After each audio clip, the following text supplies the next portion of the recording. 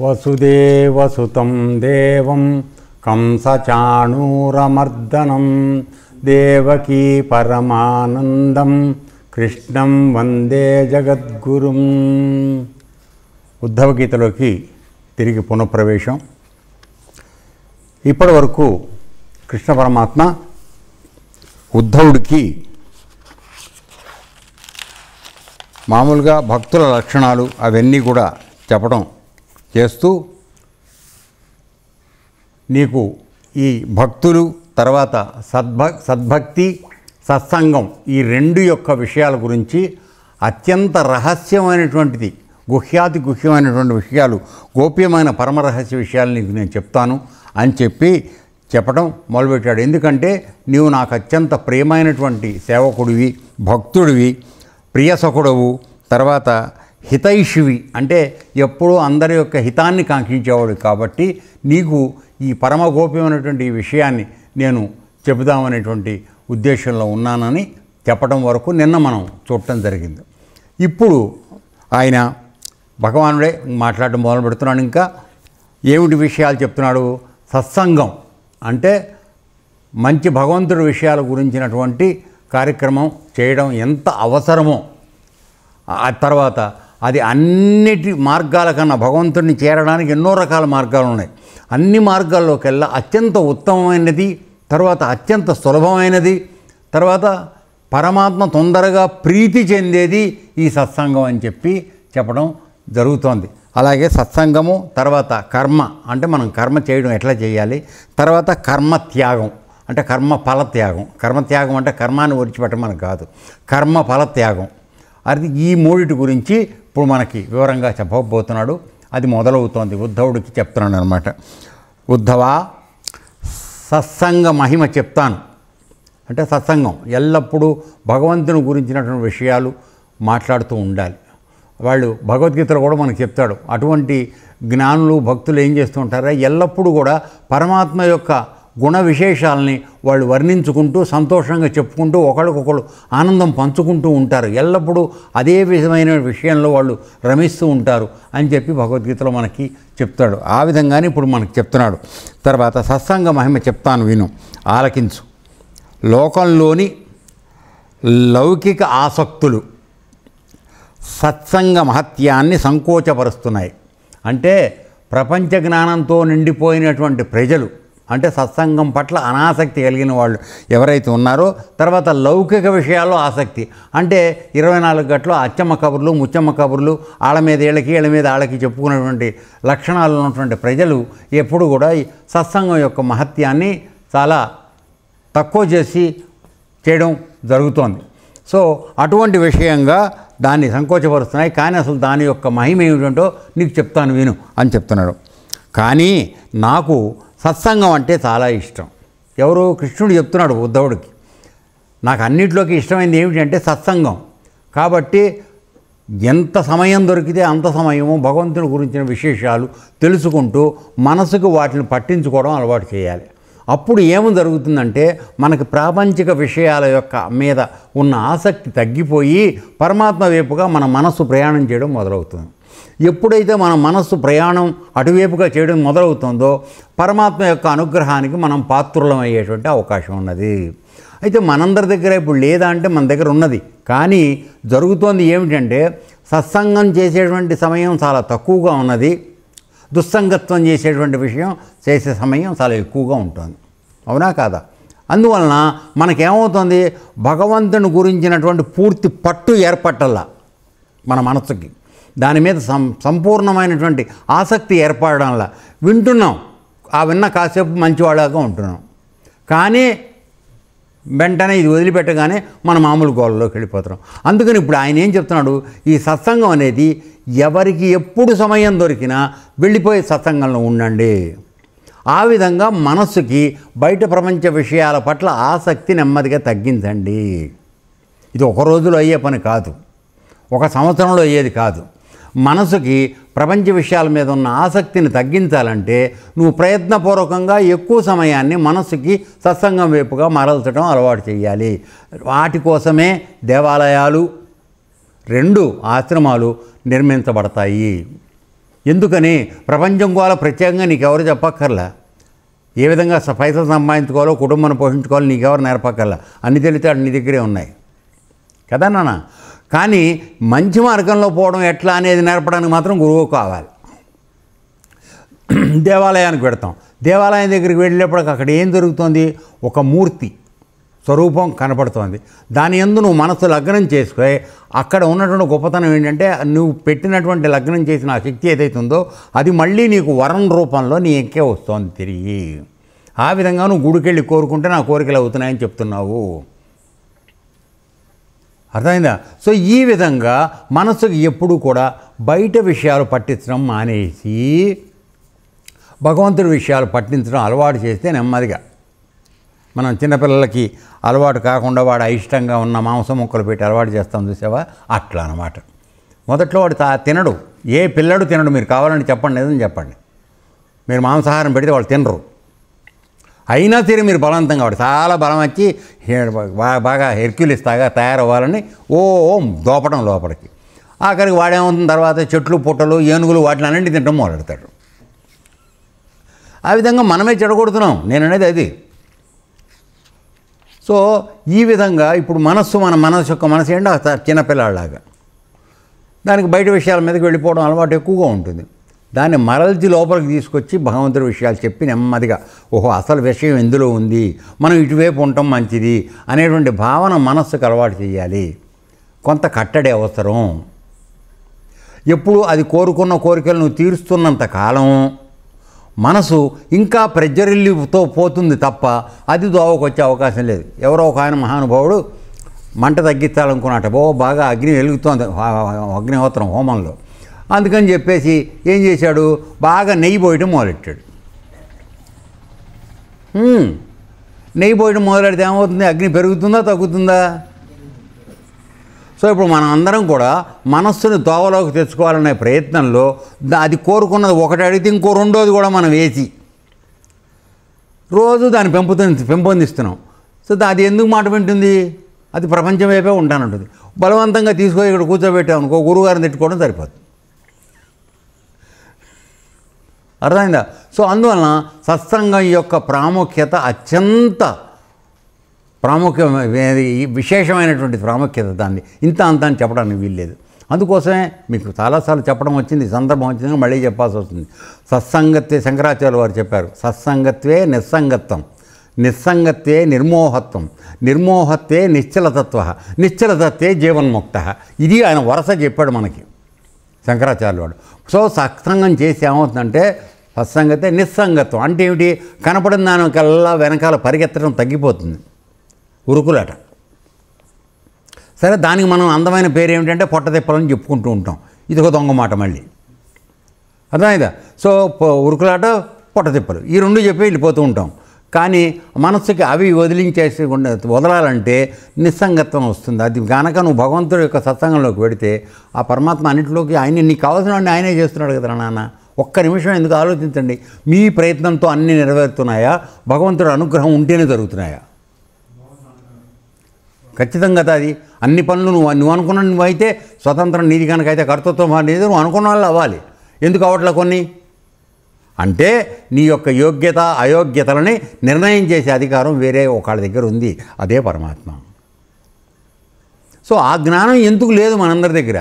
కాబట్టి చేస్తున్నవాడు వాడు, కాబట్టి వాడికి శరణ అనుకుంటే కానీ భక్తి ఏర్పడిపోయింది, సత్సంగం వచ్చింది. అప్పుడు ఏమవుతుంది? కనబడ వస్తువులు అనమాట పరిగెత్తడం తగ్గిపోతుంది. నిస్సంగత్వం, నిస్సంగత్తే నిర్మోహత్వం. ఎప్పుడు నిస్సంగత్వం వలన ఏం జరుగుతుంది? మనందరికీ జరిగేది ఏమిటి? ఒక వస్తువు కావాలని మనసు కోరుతుంది.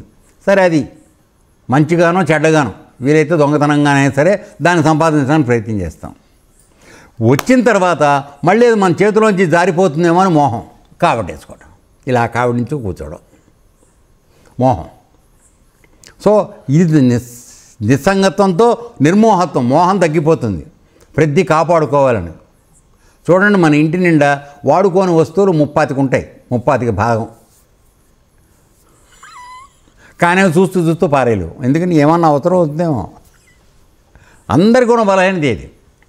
సో నిర్మోహత్వం, నిర్మోహత్వే నిశ్చలతత్వ. అప్పుడు ఏమిటి? అవేవో కనబడింది అనవసరం, ఇది కనబడింది అనవసరం, నిశ్చలంగం. ఉరుకులాట లేదు. నేను చెప్పేది అది. మన భాషలో అర్థం అవ్వాలంటే మనకు ఉరుకులాట తగ్గిపోతుంది. ఉరుకులాట తగ్గిపోయేటప్పటికి ఏమవుతుంది, దాని వెనక పరిగెత్తడం మానేసేటప్పుడు నిశ్చలంగా ఉంటాం. నిశ్చలంగా ఉండడం మనసు కూడా తచ్చినట్టుగా భగవంతుడి వైపుకే వస్తుంది ఆటోమేటిక్. అది వచ్చిన తర్వాత నిశ్చలతత్వే జీవన్ముక్త, అంటే నువ్వు బతికుండగానే భగవంతుడి మార్గంలోకి వెళ్ళిపోతావు. నీకే బంధాలు లేవు. కనపడిందల్లా కావాలంటే బంధం కదరా అయ్యా. నాకేం అవసరం లేదు, ఉన్నది పరమాత్మ లోపలే ఉన్నాడు, ఆయన చాలు నాకు అనుకుని కూర్చున్న వాడికి అయిపోయాయి నిశ్చలతత్వం. ఇక అయిపోయింది. అది వచ్చిన తర్వాత ఇంకేమీ లేదు. జీవన్ముక్త అంటే నువ్వు జీవించి ఉండగానే ముక్తుడైపోయే విధానం ఉంది. సో అటువంటి బలమైన పునాది కలిగింది సత్సంగం. అది నేను చెప్పదలుచుకున్న పాయింట్. ఈ పునాది అనేది సరిగా ఉంటేనే ఒక బిల్డింగ్ బాగుంటుంది, అవునా కాదా? తర్వాత నువ్వు దాంట్లో ఎంత అల్ట్రాటెక్ సిమెంట్ వాడినా కింద పునాది సరిగా లేకపోతే ఉపయోగం లేదు. అర్థమైనా? సో అందువలన పునాది అయినటువంటి సత్సంగం యొక్క ప్రాముఖ్యతని పరమాత్మ ఉద్ధవుడి రూపంలో మనందరికీ కూడా చెప్పడం జరుగుతుంది. అది ఉంటో చూద్దాం. ఓకే, నాకు సత్సంగం అంటే చాలా ఇష్టం. సత్సంగం నన్ను వశం చేసుకున్నంతగా మరొక సుగుణం నన్ను ఆకర్షించలేదు. అంటే ఎవరైతే సత్సంగం చేస్తున్నాడో వాళ్ళ పట్ల ఆయనకి ఎంత ఇష్టం అంటే, నువ్వు ఇతరమైనటువంటి పూజలు యజ్ఞాలు ఇప్పుడు మనం కూర్చుని చేసే యోగాలు ఇవి ఎన్ని చేసినా కూడా నాకు అనవసరం. అది కాదు, ఆ ఒక్క సత్సంగం మీదే నాకు ఇష్టం. ఎందుకని ఆటోమేటిక్గా సత్సంగం చేసినప్పుడు వాడి మనస్సు భగవంతుడి విషయాల వైపు వెళ్ళిపోతుంది, బయట విషయాల పట్ల ఆకర్షణ తగ్గిపోతాం కనుక వాడు నన్నులో కలిసిపోవడానికి ప్రయత్నం జరుగుతుంది. యోగం చేస్తున్నావు, నీకు డైరెక్ట్గా పరమాత్మ లోపల చూసుకునేది నీకు చూపిస్తున్నావు, కానీ ఎంతసేపు నువ్వు ఎంతసేపు చేస్తున్నావు యోగం? గంటలో కూర్చున్న దాంట్లో నిజంగా పరమాత్మ దగ్గర కూర్చునేది ఎంతసేపు? 5 నిమిషాలు. సో మిగతా 55 నిమిషాలు కాళ్ళు నొప్పులు అటు ఇటు సర్దుకోవడం సరిపోయాయి మనకు. సత్సంగం ఉందనుకో, నువ్వు అది ఆసక్తిగా వినటం మొదలుపెట్టిన తర్వాత నువ్వు ఈ నొప్పుల గురించి ఆలోచించే అవకాశం రాదు. నీకు ఉత్సాహం కలిగేటట్టుగా కథ చెప్పేవాడు, భగవంతుడు కథ చెప్పేవాడు ఉంటే నువ్వు గంటల తరబడైనా కూర్చోగలుగుతావు. అప్పుడు ఒళ్ళు నొప్పులు అనిపించవు. సో సత్సంగంలో ఉన్నటువంటి గొప్పతనం అది. అందుకు చెప్తున్నాను. అందువలన ఇతరమైన ఏ విధానమైనటువంటి విషయాల్లో అయినా సరే నన్ను పొందాలనేవాడికి సత్సంగం నన్ను ఆకర్షించినంతగా ఇంకేది ఆకర్షించలేదని చెప్తున్నాడు. సో సత్సంగం చేసేవాడంటే నాకు అంత ఎక్కువ ఇష్టమని చెప్పడం జరుగుతుంది. సాధనలు ఇప్పుడు చెప్తున్నాడు, మనం చేసేవన్నీ సాధనలు, యోగములు, సాంఖ్యము, ఆత్మవిచారణ, ధర్మపాలనం, ధర్మాన్ని పాటిస్తున్నామని చెప్పి అనటం, స్వాధ్యాయం, పుస్తకాలు చదువుకోవడం, శాస్త్ర పఠనం అన్నీ చదవటం, స్వాధ్యాయం నీకు నువ్వు చదువుకోవడం, తపస్సు, తర్వాత త్యాగము, ఎవరికైనా ఈ ధ్యానం చేస్తూ ఉండడం, తర్వాత ఇష్టాపూర్వ యజ్ఞాలు, కావాల్సినటువంటి యజ్ఞాలు చేస్తూ ఉండడం అవి. తర్వాత సత్సంగం అంతగా నన్ను ఆకర్షించలేకపోయావి. ఇవి ఏవి కూడా నాకు సత్సంగం అంత ఆకర్షణ ఇంకా వేటి యందు నాకు లేదు. అంటే మానవులు ఇన్ని చేసినా కూడా వాళ్ళు నన్ను డైరెక్ట్గా ఆకర్షించలేరు. ఒక్క సత్సంగంలో వాళ్ళు ఉంటే నన్ను ఆకర్షిస్తారని చెప్తున్నాడు. అంటే నేను అక్కడ వచ్చి కూర్చుంటాను, సత్సంగం జరిగే చోట నేను కూర్చుని ఉంటాను. ఎవరెవరు ఎంత శ్రద్ధగా వింటున్నారో, ఎవరు మనసులో మార్పులు జరుగుతున్నాయో వాటిని నేను తెలుసుకుంటూ ఉంటాను. సాధన చేయిస్తుంటాం, ఇక్కడ యజ్ఞం చేయిస్తుంటాం. యజ్ఞంలో మనం చదివే మంత్రం మీద ఎంతమంది ఏకైక దృష్టి పెట్టుకుని చేస్తున్నారు యజ్ఞం? ఆలోచించండి. లేదు. ఎందుకని మన మనసు బయటికి పరిగెత్తడం అలవాటైపోయింది. దానికి కూర్చోండ్రా, శ్రద్ధగా దాని మీద కూర్చోండి, దాని మీద కూర్చోలేని పరిస్థితి వచ్చేసింది మనకి. సత్సంగంలో నువ్వు ఎప్పుడైతే ఇష్టం పెంచుకున్నావో భగవంతుడి కథలు వినడానికి, ఆయన గుణగణాలు వినడానికి, ఆయన గురించినట్టు భజనలు చేయడానికి నువ్వు ఎప్పుడైతే ఇష్టత పెంచుకున్నావో నీ మనసు ఆటోమేటిక్గా దాంట్లో లగ్నం అయిపోతుంది, ఇంకా వేరే విషయాల్లోకి వెళ్ళదు.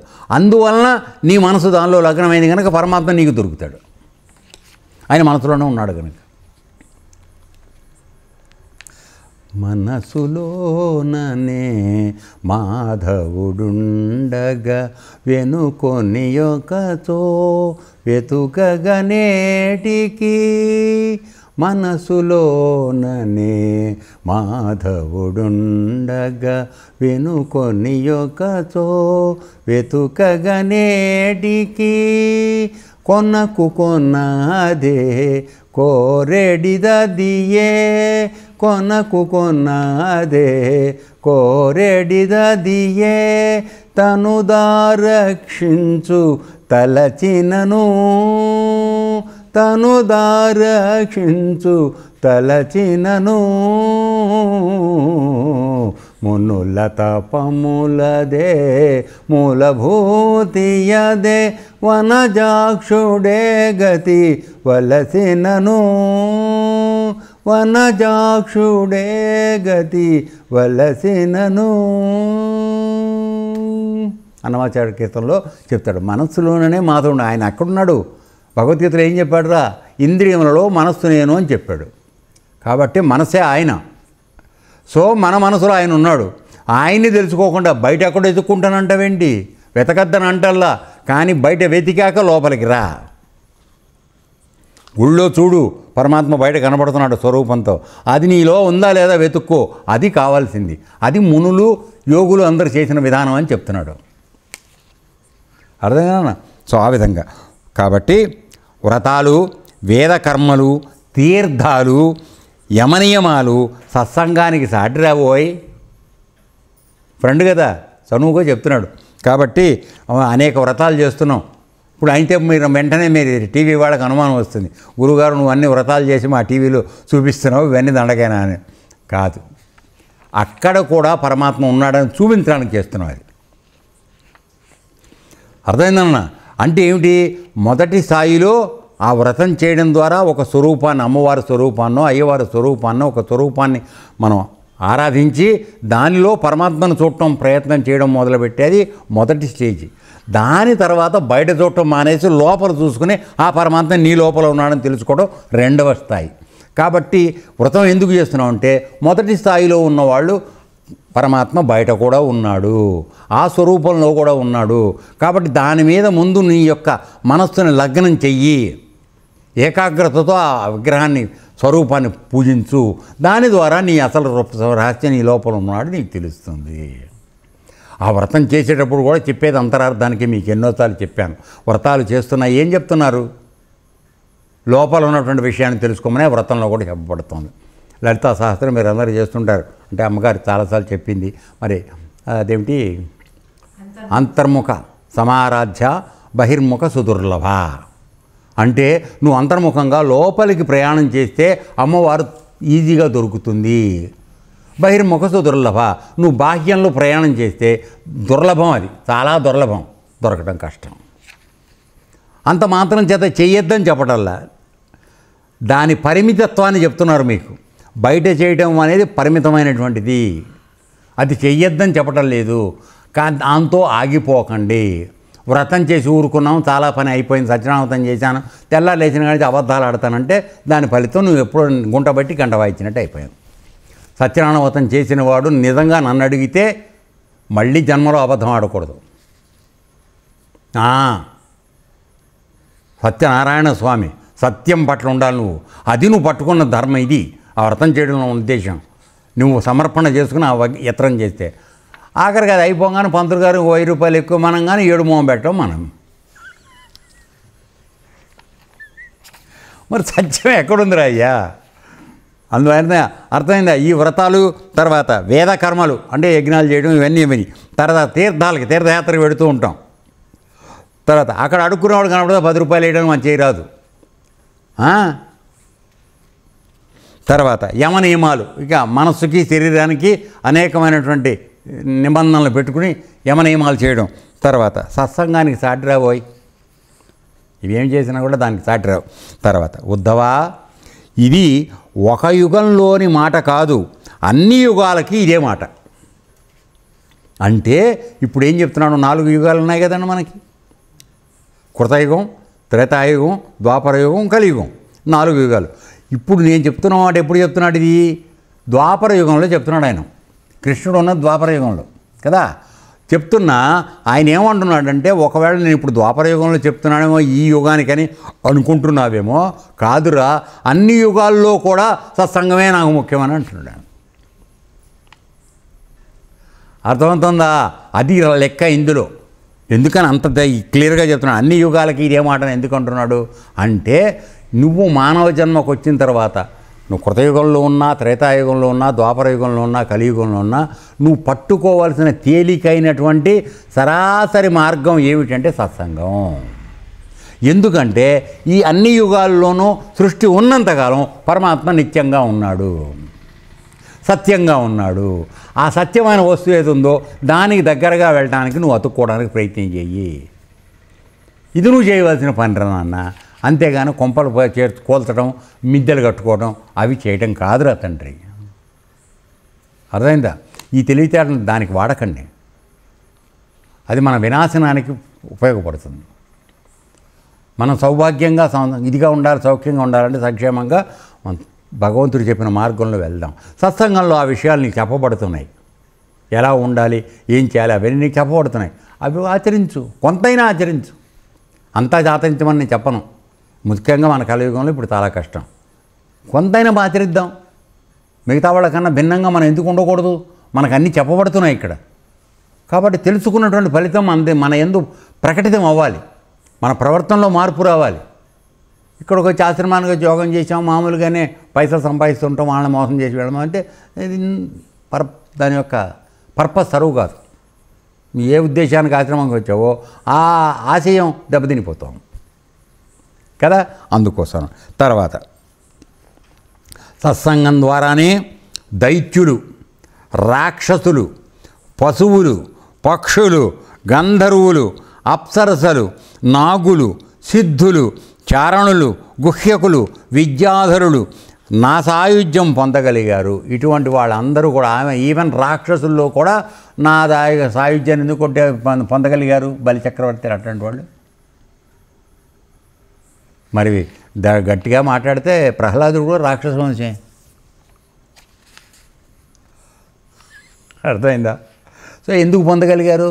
వాళ్ళు అటువంటి చోట పుట్టిన తమో గుణంతో ఉండి రాక్షసత్వంతో ఉన్నా కూడా వాళ్ళలో ప్రకటితంగా సత్వగుణం అనేది ఉండడం వలన ఎక్కువగా ఆ సత్వగుణాన్ని నమ్ముకుని వాళ్ళ జీవితాన్ని మలుచుకోవడం ద్వారా వాళ్ళు పరమాత్మను పొందగలిగారు. దానికి వాళ్ళు చేసిన ఉపకరణం సత్సంగం. ప్రహ్లాదుడు ఎలా జన్మించాడండి? లీలావతి గర్భంతో ఉన్నప్పుడు నారదుడు వారి ఆశ్రమంలో చాలా కాలం ఉన్నది. ఆయన రోజు పరమాత్మ యొక్క గాథలు, భాగవతం కథ అంతా కూడా రోజు రాత్రిపూట ఆవిడ వినిపించేవాడు. సరే, గర్భం వలన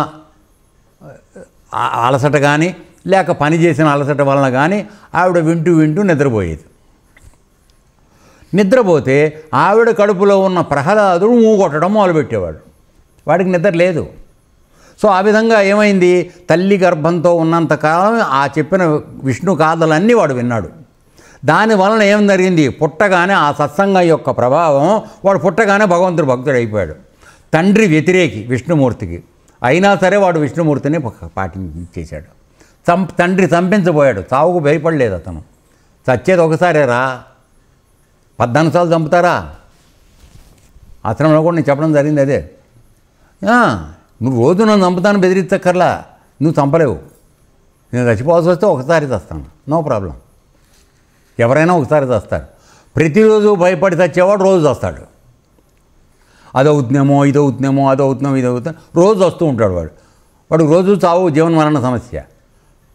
నువ్వు ధైర్యంగా ఉండు, నువ్వు చూసుకుంటాడు, నిన్ను కాపాడుకునేవాడు వాడు ఉన్నాడు లోపల, వాడే చూస్తాడు. నువ్వు మంచి మార్గంలో ఉండు. సో ఆ విధంగా ఇటువంటి వాళ్ళందరూ కూడా నా సాయుధ్యాన్ని పొందారు. ఎందువల్ల? వాళ్ళు సత్సంగం అనేటువంటి పునాదితో ఉండడం వలన.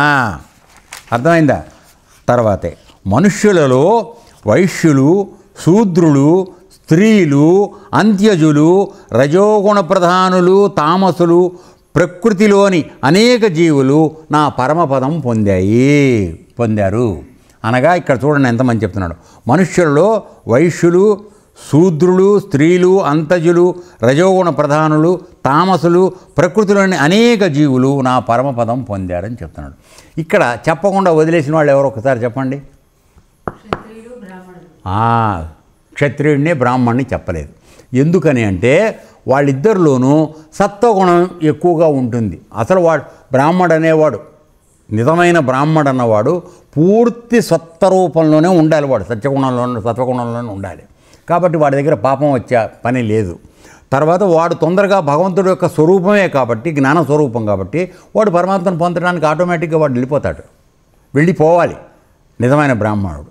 రెండోది క్షత్రియుడు, వీడికి బ్రహ్మజ్ఞానం మామూలుగా సత్వగుణం యొక్క లక్షణం ఉంది. ఎందుకని? వాడికి ధర్మం అధర్మం తెలియాలి. అధర్మం జరుగుతున్నప్పుడు దాన్ని శిక్షించి క్రమశిక్షణలో పెట్టడానికి భుజబలాన్ని వాడేటువంటి క్షత్రియ గుణం కూడా, అనగా మన ఇది రజోగుణం కూడా కావాలి. ఈ రెండింటి కాంబినేషన్తో వాడు ఉంటాడు. కాబట్టి రాజులు ఖచ్చితంగా బ్రాహ్మణుల కన్నా కూడా ధర్మ పరిరక్షణలో ఎక్కువ ప్రాముఖ్యత వహించాల్సింది క్షత్రియుడు. బ్రాహ్మణుడు నీకు మంత్రాంగం చెప్తాడు, ధర్మం అధర్మం చెప్తాడు, అన్నీ చెప్తాడు, వాడు ఆ మార్గంలో ఉంటాడు. నువ్వు తెలుసుకున్న ధర్మాన్ని ఆచరించడం కాకుండా ఆచరణ జరగపోయిన చోట ధర్మాన్ని వాడటానికి భుజబలం వాడి దాన్ని చేయడం వాడు. అందుకని వీళ్ళిద్దరిని చెప్పాలా చూసుకోండి, ఇక్కడ మిగతా అందరినీ చెప్పాడు. తర్వాత వైశ్యులు, శూద్రులు, స్త్రీలు, తర్వాత అంత్యజులు అంటే మనం మాట్లాడుకున్నటువంటి అంత్యజులు అంటే మామూలుగా దళిత ఎస్సీ ఎస్టీ వీళ్ళందరూ అవుతారు. సో వీళ్ళ తర్వాత రజోగుణ ప్రధానులు, తామసులు అంటే వీళ్ళలో ఎక్కడ కూడా సత్వగుణం గురించి మాట్లాడలేదు చూడండి. రజోగుణం తమోగుణం మాట్లాడుతున్నాడు. అంటే తమోగుణం అంటే పని చెయ్యని బద్ధకస్తం, ఏదైనా చెప్తే కోపం రావడం, తినడం తొంగోవటం, తాగటం, ఇవి తప్పితే ఇంకేమీ లేకుండా ఉంటాడు తమోగుణం వాడు. ఇక రజోగుణం వాడు తెల్లారుజామున 3 కాడి నుంచే గ్యాస్ స్టవ్ కొట్టుకుని రోడ్డు సైడ్న కీ పెట్టేసుకుని అమ్మేస్తూ ఉంటాడు 3 కాడి నుంచి. అంటే ఒక లారీ వాడిది వెళ్ళిపోయినా 10 రూపాయలు పోతుందని బాధ అనమాట వాడికి. అంటే ఉదాహరణకు చెప్తున్నా. అంటే వాడు వాడికి తెల్లారి పగలు తేడా లేదు, ఎప్పుడు అందరు లేస్తారా అని చూస్తూ ఉంటాడు. వీళ్ళు లేచేసి గ్యాస్ కొట్టేసి రెడీకి కూర్చుంటాడు. సో ఈ విధంగా అనమాట.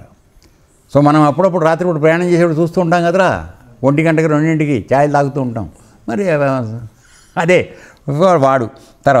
తర్వాత ప్రకృతిలోని అనేక జీవులు నా పరమపదం పొందారు. వీళ్ళందరూ తక్కువగా భక్తి శ్రద్ధలు అయిన వాళ్ళు అయినప్పటికీ కూడా వీళ్ళు సత్సంగం అనేటువంటి మంచి లక్షణం వలన నా పరమపదం పొందారు. కాబట్టి నీవు ఇక్కడ బాగా గుర్తుపెట్టుకోండి, నేను తక్కువ కులంలో పుట్టాను, చిన్నవాణ్ణి, నాకు ఇది అందుతుందో లేదో, నాకు అర్హత ఉందో లేదో అనే దిగులు ఎవరూ పొందాల్సిన అవసరం లేదు. అర్థమవుతుందా? అందుకని ఈ ఆశ్రమంలో వర్ణాశ్రమ ధర్మాలు మేము పాటించడం లేదు. నువ్వు ఒకసారి మానవ జన్మకు వచ్చావంటే నీకు భగవంతుని తెలుసుకునే అధికారం సంపూర్ణంగా ఉన్నది.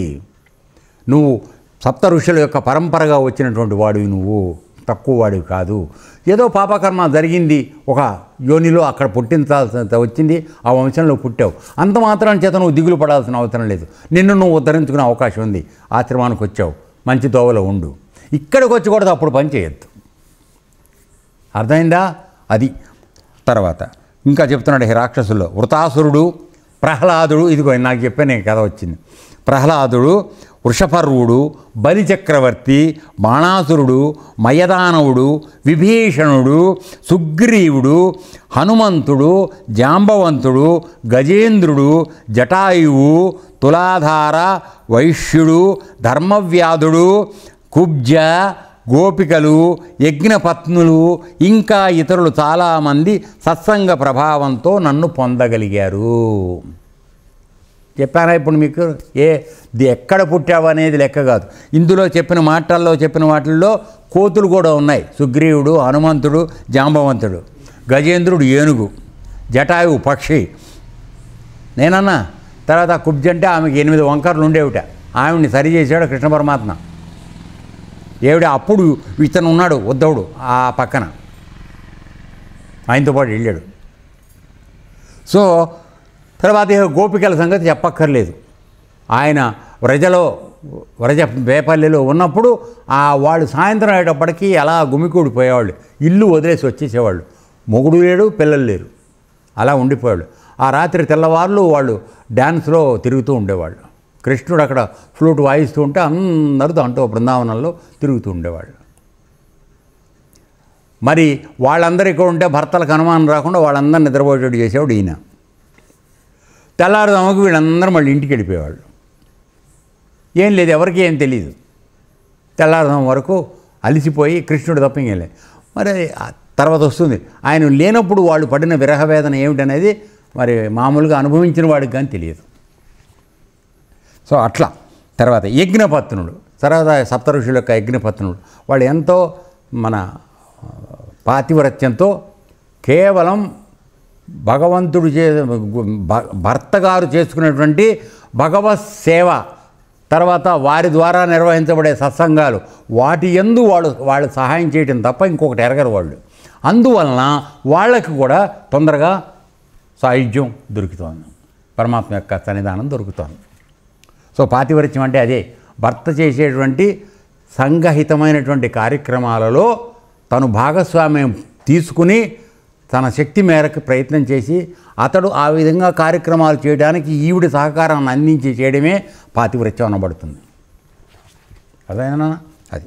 తర్వాత ఉద్ధవా, నేను వారు వేదాధ్యయనం చేయలేదు.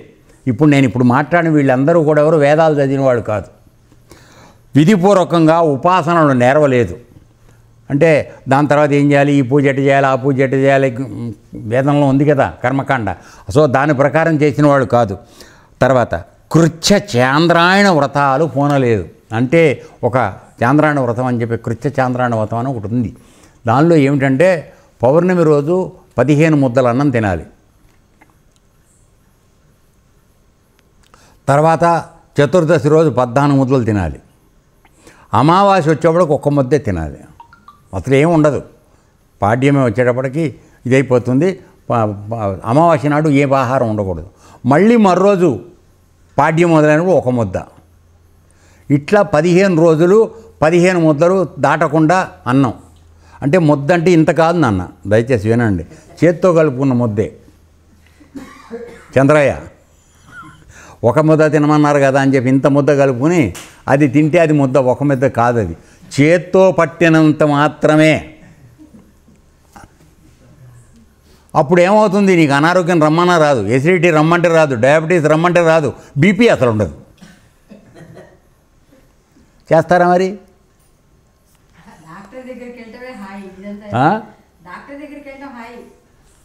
తర్వాత చాంద్రాయణ వ్రతాన్ని పోలలేదు. వారు కేవలం సత్సంగ ప్రభావంతోనే నన్ను పొందారు. సో ఇప్పుడు మనందరం తెలుసుకోవాల్సింది ఏంటంటే, గురుగారు నాకు అది చదువు రాదండి, నేను భగవద్గీత చదవలేదు, భాగవతం చదవలేదు, మీరు చెప్పే యోగ వేదాలు ఏమీ నాకు తెలియట్లేదు అని మీరు ఎవ్వరూ భయపడాల్సిన అవసరం లేదు. మనందరం కూడా మనం కావాల్సిందంటే సత్సంగం ఒక్కటి చేసుకుంటే సరిపోతుంది. అంటే భగవంతుడికి సంబంధించిన విషయాలే మనం మాట్లాడుకోవాలి. వాడు అట చేశాడు, వీడు చేశాడు, ఈ ముచ్చట్లు మాట్లాడుకోవడం మానేయాలి. సరే, తర్వాత గోపికలు, గోవులు, యమళార్జున వృక్షాలు, ఇంకా చూడు ఇంకా మిగతా వాడు చెప్తున్నాడు, వృక్షాలు, వ్రజభూములలోని హరిణాలు, అంటే ఆ రేపల్లిలో ఆయన ఉండేవాడు కదా, ఆ అడవుల్లో ఉండేటువంటి హరిణాలు అంటే జింకలు, పశువులు. మరి రోజు ఈయన అడవికి తోలికెళ్ళేవాడు పశువుల్ని. అసలు ఈయన ఫ్లూట్ వాయిస్తే అవి అట్లా మారగబట్టి తినేవి, గడ్డి కూడా తినేవి కాదు. తర్వాత కాళియాది నాగులు, కాళింది నదిలో దాంట్లో నాగుల్ని పాముని తొక్కుతాడు కదా. సో ఆ విధంగా అవి సాధనలు ఏమీ ఎరగని మూడులు వాళ్ళు. సాధన అంటే ఏమిటో తెలీదు. నే చెప్పిన వారే కాక చెప్పని వారు అనేక మంది కేవలం ప్రేమభావంతో అనాయాసంగా నన్ను పొందారు. కేవలం నా యందు ఉన్నటువంటి ప్రేమ వలన వాళ్ళు నన్ను పొందారు. అంటే అది కూడా ఏమిటి, నిర్మలమైన ప్రేమ, దానిలో మలినం ఉండకూడదు. ఏమిటి, మనం కూడా ప్రేమిస్తాం. ఇప్పుడు అవసరం తీరే వరకు వెంకటేశ్వర స్వామి ముడుపు కట్టి విపరీతంగా పూజ చేస్తాం, కొబ్బరికాయలు కొడతాం, అన్నీ మన పని అయ్యే వరకు. అయిన తర్వాత ఇక వంక దిక్కి చూస్తే ఆడు కొట్టు. ఇప్పుడు మన దగ్గర కనుక సిద్దిపేటలో గురువారం నాడు కిటకిటలు ఆడిపోతుంది సాయిబాబా గుడి. ఇసుక వేస్తే రాలదు కిందకి. శుక్రవారం నుంచి గోయిందా ఆయన అలా కూర్చోవాలి, అలా మళ్ళీ గురువారం ఎప్పుడు వస్తుందో వాళ్ళు ఎప్పుడు కనపడతారా అని. మన భక్తి ఇది అంటే నేను చూశాను 1-2 సార్లు, అందుకోసం చెప్తున్నా. ఇది ఆ భక్తి అంటే కాదు కదా. మరి భక్తి అనేది ఎప్పుడూ ఉండాలి. నీకు గురువారంతో సంబంధం లేదు. గురువారం నాడు సాయిబాబా దర్శనం అవ్వాలా, శనివారం రోజు వెంకటేశ్వర దర్శనం అవ్వాలా? ఏం అన్యాయం అయ్యేది? అది కాదు. సత్సంగం అంటే ఎల్లప్పుడూ దానిలో ఉండాలి. ఓకే. తర్వాత నేను చెప్పిన వారే కాక చెప్పని వారు అనేక మంది. అంటే ఇప్పుడు లిస్ట్ అంతా చదివితే పుస్తకం అంతా అదే అవుతుంది. అందుకని అవన్నీ కాకుండా మిగతా వాళ్ళందరూ కూడా, ఇప్పుడు నేను కొంతమంది పేర్లు చెప్పాను. ఇప్పుడు మరి మిగతా వాళ్ళ పేరు చెప్పనంత మాత్రం వాళ్ళంతా ఇప్పుడు మన ఆశ్రమంలో కొద్దిగా తప్పు పనులు చేసిన వాళ్ళు కొద్దిమంది పేర్లు చెప్తాం. చెప్పనంత మాత్రం చేత వీళ్ళందరూ మంచివాళ్ళని అర్థమూ కాదు. అర్థమైందా? అందువల్ల ఇక్కడ ఏం చదివినాడు కృష్ణుడు, నేను చెప్పాను అనుకోకు, చెప్పని వాళ్ళు కూడా చాలామంది భక్తులు ఉన్నారు అయ్యా, ప్రేమతో సత్సంగం ద్వారా నన్ను పొందారు వాళ్ళు అని చెప్తున్నాడు. ఓకే, ఉదాహరణ కొంత చెప్పాను. తర్వాత వారు కేవలం ప్రేమభావంతో అనాయాసంగా నన్ను చేరారు. అసలు ఇప్పుడు వస్తున్నాడు మనలాగా నటించే వాళ్ళ సంగతి చెప్తున్నాడు. అసలు పెద్ద పెద్ద సాధకులు నా ఆశ్రమంలో నేను తెలుసా నిర్గుణం చేస్తా నేను అని బెళ్ళేసుకుని బయలుదేరటం. పెద్ద పెద్ద సాధకులు, సాంఖ్యం తెలిసిన వారు, నాకు ఆత్మవిచారం చేస్తాం మేమంతా. ఓకే. తర్వాత దానాలు, వ్రతాలు, తపస్సులు, యజ్ఞాలు, వేద వ్యాఖ్యానాలు, సన్యాసాలు, జపాలు చేసి నన్ను పొందలేకపోయారు. ఇవన్నీ చేసిన వాళ్ళు ఎవళ్ళు కూడా నన్ను పొందలేకపోయారు. అంటే అర్థం ఏంటి అయ్యా? వాళ్ళెవళ్ళు ఇవన్నీ చేస్తున్నా కానీ అవి బయటికి తప్ప లోపల మనసులోకి అవి వెళ్ళలేదు. ఒకటే బండ పనిసలు. కాబట్టి నీ మనసు అతని యందు లగ్నం చేయకుండా నువ్వు బయట ఎన్ని లక్షల రకాల పూజలు, వ్రతాలు, దానాలు, యోగాలు, సాధనలు ఏం చేసినా అదంతా నిష్ఫలం, బూడిదలో పోసిన పన్నీరు. ఒక్క నీ మనసు లగ్నం చేయి, పూర్తి ప్రేమ భావంతో ఆయన యందు లగ్నమై ఉండు, అదొక్కటి చాలు, నువ్వు ఏం చేయపన్నా సరిపోతుంది. దీనిలో మనకి చెప్తున్న ఎసెన్స్ ఏమిటంటే అది. తర్వాత జపాలు చేసినాను కానీ సత్సంగం ద్వారా నేను సులభంగానే వశం అవుతాను. ఇన్ని యజ్ఞయాగాదులు, క్రియలు, క్రతువులు చేయక్కర్లా, సత్సంగం ద్వారా నన్ను సులభంగా పొందొచ్చని చెప్తున్నాడు. ఓకే, ఇప్పుడు మనం ఆశ్రమాన్ని గురించి మాట్లాడదాం. సత్సంగం చెబుతాము రమ్మంటే ఎంతమంది ఎంతసేపు వస్తారు ప్రతిరోజు? ఆలోచించండి. చేయలేం. సరే, అసలు పూర్తిగా ఏమీ చేయకపోతే బాగుండదని కొన్ని సాధనల మార్గాలు పెట్టడం జరిగింది. ఏదో పొద్దున హారతి, మధ్యాహ్నం ఇది కాసేపు నైవేద్యాలు పెట్టడం, సాయంత్రం మళ్ళీ పూజ, యోగము, తర్వాత హారతి ఇవ్వటం, ఇవన్నీ కార్యక్రమం అంటే ఇవి బాహ్యంగా చేసేవి. కానీ ఇవన్నీ కూడా దేనికి సహాయపడాలి అంటే నీ మనసు అక్కడ లగ్నం అవడానికి సహాయపడాలి. ఇవి లేదనుకో, అది ఫలానా కూర చేసుకున్నాం, వాళ్ళది బాగానే ఉంది, దాంట్లో ఉప్పు ఎక్కువైంది, దీంట్లో కారం తక్కువైందని అవి మాట్లాడుకోవడం సరిపోతుంది తప్ప భగవంతుడి గురించి మాట్లాడుకోవడం ఎక్కడొస్తుంది అక్క మనకి? సో చేయడం ఇవి ఎందుకు చేస్తున్నామంటే, ఎప్పుడు సత్సంగం అంటే ఎవరు వచ్చి కూర్చుంటారే, ఈ అన్నం వండక్కర్లేదు అక్కడ, నేను రానంటారు. చెప్పేది కరెక్టే కదా. మనం ఇంతసేపు మాట్లాడుకున్నా మళ్ళీ ఫుడ్ కావాలి కదా మనందరికీ. సో ఆ చేసే పని కూడా అవసరమే, అది కాదని అంటల్లా. కాకపోతే మేమనేది ఏంటంటే, అటువంటి బాహ్యమైనటువంటి కర్మలు, సాధనలు చేస్తున్నప్పటికీ కొంత సమయాన్ని ప్రత్యేకంగా సత్సంగానికి కేటాయించాలి. అప్పుడు నీ మనసు ఆయన యందు లగ్నం అవుతుంది. దాని ద్వారా సులభంగా ఆయన్ని పొందడానికి అవకాశం ఉందని ఇక్కడ ఆయన ఉద్ధవుడి రూపంలో మనందరికీ చెప్తున్నాడు. సరే, మనకు వీలైతే పాటిద్దాం, లేకపోతే లేదు, అంతే. తర్వాత ఉద్ధవా, ఒక రహస్యం చెప్తాను విను. చూడు, అక్రూరుడు బలరాముడితో నన్ను మధురకు తీసుకుని వెళ్ళినప్పుడు గోపికల హృదయాలు నా మీద గల గాఢమైన ప్రేమభావంతో తల్లీనమైపోయాయి. అంటే మామూలుగా ఈ కంసుడు వీడిక్కడ ఉన్నాడని తెలుస్తుంది, కృష్ణుడు ఉన్నాడని చెప్పి తెలుస్తుంది. సరే, వీడిని పిలిపించి ఎట్టయినా సరే చంపేయాలని చెప్పేసి అక్రూరుడు అనేటువంటి వాడిని పంపిస్తాడు. వాడు వచ్చి మధురకు తీసుకెళ్తాడు. అక్కడ ప్లాన్ ప్రకారం చంపేయాలి కృష్ణుడిని. సరే, వాడి చచ్చిపడేది వేరే సంగతి.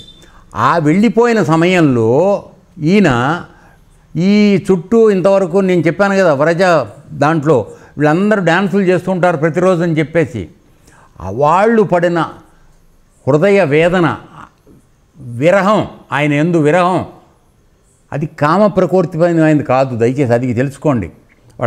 అందులో పెళ్ళైన వాళ్ళు ఉన్నారు, పిల్లలు ఉన్న వాళ్ళు ఉన్నారు, గోపికలు. కానీ వాళ్ళందరూ ఎవరు? పూర్వజన్మలో మహాయోగులు. వాళ్ళందరినీ ఉద్ధరించడం కోసం ఆయన వరం కోరుకోమని అడిగితే, నీ గాఢ పరిశ్వంగంలో ఒకసారి కలవాలనుంది మాకని చెప్పి కోరుకున్నారు వాళ్ళు. అందుకోసం వాళ్ళందరూ గోపికలుగా జన్మిస్తే వాళ్ళతో రాసలీలలో నృత్యం చేసి వాళ్ళందరినీ కావలించుకుని ఆ సంతృప్తిని కలిగించాడు. అంతేగాని కామభావంతో కూడుకున్నది కాదు. అది తప్పు మాటలేవో బయటకు వచ్చినాయి మాట్లాడుతున్నారు. 16 వాళ్ళని పెళ్ళాలన్నారు అది ఇది అని చెప్పి. ఇవన్నీ తప్పు నాన్న. వాళ్ళ భావ ఆవేశం వేరది, ఆ తన్మయత్వం వేరు. సో ఆయన ఇప్పుడు ఎందుకంటే మనం చూస్తున్నాం, విగ్రహం చూస్తున్నాం తప్ప ఆయనలో దానిలో నిజంగా ఆయన ఉన్నాడని మనం పూర్తి విశ్వాసం ఉంటల్లా. వాళ్ళు ఆయన చూసినప్పుడు ఆయన తప్పితే ఇంకేం లేదు ప్రపంచంలో. ఎదురుకుండా ఉన్న భర్త లేడు, పిల్లలు లేరు, ఇల్లు లేదు, వాకిల్ లేదు, ఆయనే అంతే. సో ఆ విధమైనటువంటి వాళ్ళకి నిజంగా కూడినటువంటి వైరాగ్యం వచ్చింది, అది విరహం. ఆయన లేని లోటుని వాళ్ళు భరించలేకపోయారు. సో అది చెప్తున్నాడు. గోపికల హృదయాలు నా మీద గల గాఢమైన ప్రేమభావంతో తల్లీనమైపోయినాయి. అంటే నా ప్రేమలో లీనమైపోయారు వాళ్ళు. నా వియోగ బాధతో మిక్కిలి వ్యాకులం చెందారు. వారికి నేను తప్ప మరొక మహత్తర వస్తువు రుచించేది కాదు. ఇంకా ప్రపంచంలో ఏది చెప్తానన్నా కూడా వాళ్ళకి ఇష్టం ఉండేది కాదు. సౌఖ్యం చేకూర్చగలిగేది కాదు, వాళ్ళు సుఖంగా ఉండగలిగేవాడు కాదు. నీకు తెలిసే ఉంటుంది, వారికి నేనే ఏకైక అత్యంత ప్రియతమ మనోనాథుడిని. అంతే. మనసునాథుడు, మనోనాథుడు, శారీరక నాథుడు కాదు, మనోనాథుడు. తర్వాత నేను బృందావనంలో ఉన్నప్పుడు రాసక్రీడలు అనేక దీర్ఘ రాత్రులను అరక్షణాలుగా గడిపేవారు. ఆ రాత్రి తెల్లవాళ్ళు వాళ్ళు ఆ డ్యాన్స్ ఆడుతూనే ఉండేవాళ్ళు. తెల్లవారుజాము అయ్యేటప్పటికీ వాళ్ళందరినీ నెమ్మదిగా ఈయన అదృశ్యం అయిపోయి పంపించేసేవాడు ఇంటికి. అప్పటిదాకా భర్త పిల్లలు పడుకుని ఉండేవాళ్ళు. వీళ్ళు వెళ్ళాక వాళ్ళు లేచేవాడు. నేను దూరమైన రాత్రులు కల్పాల వలె వెళ్ళబుచ్చేవారు. నేను ఇప్పుడు మధురకు వచ్చేసాను, వాడిని చంపడం అయింది, తండ్రిని రాజుని చేయడం, కొన్ని రాసకార్యాలు చక్కదిద్దడానికి చాలా కాలం మధురలో ఉండిపోయాడు. అసలు ఈ కథ మొదలుపెట్టినప్పుడు మీ అందరికీ ఒక విషయం చెప్పాను. వీడు కృష్ణ పరమాత్మ తరఫున ఉద్ధవుడు వెడతాడు, వ్రజపల్లెకి వెళ్తాడు. వెళ్ళి ఆయన మిమ్మల్ని మర్చిపోలేదు, త్వరలోనే వస్తాడు, మధురలో రాసకార్యం చేస్తున్నాడు, అది అయ్యాక వస్తాడు, మీరు ఎవరు దిగులు చెందొచ్చు అని చెప్పి వాళ్ళు కృష్ణుడే వస్తున్నాడు అనుకుంటారు ఇతను చూసి. ఆ కథ అంతా మొట్టమొదటిలో వచ్చింది దీంట్లో. సో అప్పుడు వెళ్ళింది ఇతనే, ఉద్ధవుడు. తర్వాత గొప్ప మునీశ్వరులు సమాధిలో మునిగి సర్వం మర్చిపోయినట్లుగా పెద్ద పెద్ద నదులు సముద్రంలో కలిసి తమ తమ రూపనామాలు పోగొట్టుకున్న విధంగా గోపికామణులు నా యొక్క పరమ ప్రేమలో మునిగి తన్మయులైపోయారు. ఇక్కడ 2 ఉదాహరణలు చెప్తున్నాడు. వాళ్ళ యొక్క ప్రేమ ఎంత గొప్పది అంటే, ఆయన ప్రేమలో ఎంతగా మునిగిపోయేవారంటే, యోగ సాధనలో సమాధి స్థితిలోకి వెళ్ళిపోయి పరమాత్మతో ఐక్యమైపోయిన వాడు బాహ్యమైనటువంటి ప్రపంచం యొక్క స్పృహ లేకుండా ఎలా ఉంటాడో అలాగూ, తర్వాత నదులన్నీ ఎన్ని అడ్డదిడ్డి దోవల్లో అయినా సరే ప్రయాణం చేసేసి చివరికి తన భర్త అయినటువంటి సముద్రం దగ్గరికి వెళ్ళి కలిసిపోయిన తర్వాత తన యొక్క గంగానది గోదావరి నది అనే పేరు లేదు, సముద్రంలో భాగం అయిపోయారు వాళ్ళు. అంటే వాళ్ళ యొక్క ఉనికి అయిపోయింది అని చెప్పి తెలుసుకునేవాళ్ళు. ఆ విధంగా గోపికల తన్మయంలో ఉండేవారు. తర్వాత వారికి ఆ ప్రేమ అవస్థలో ఇహలోకం పరలోకం అనే చింత ఉండేది కాదు. అదే బయట లేదు, లోపల ఏం లేదు, అంతా ఆయన తప్ప ఇంకోటి లేదు. తర్వాత నా ప్రేమలో శరీరాన్ని మర్చిపోయేవారు. ఇల్లు వాకిలి పతి పుత్రులు అనే స్పృహ ఉండేది కాదు. సో ఆ భగవంతుడి యందు సత్సాంగత్యంలో మునిగిపోయిన వాళ్ళకి ఈ బాహ్యమైనటువంటి విషయాల పట్ల ఆసక్తి ఏమాత్రం ఉండదనేది రుజువు చేయడానికి పరమాత్మ మనకి ఈ కథను చెప్పడం జరిగింది. మిగతా తర్వాత మనం కంటిన్యూ చేద్దాం. ఏతత్సర్వం శ్రీకృష్ణార్పణమస్తు. లోకా సమస్తా సుఖినో భవంతు. ఓం తత్సత్.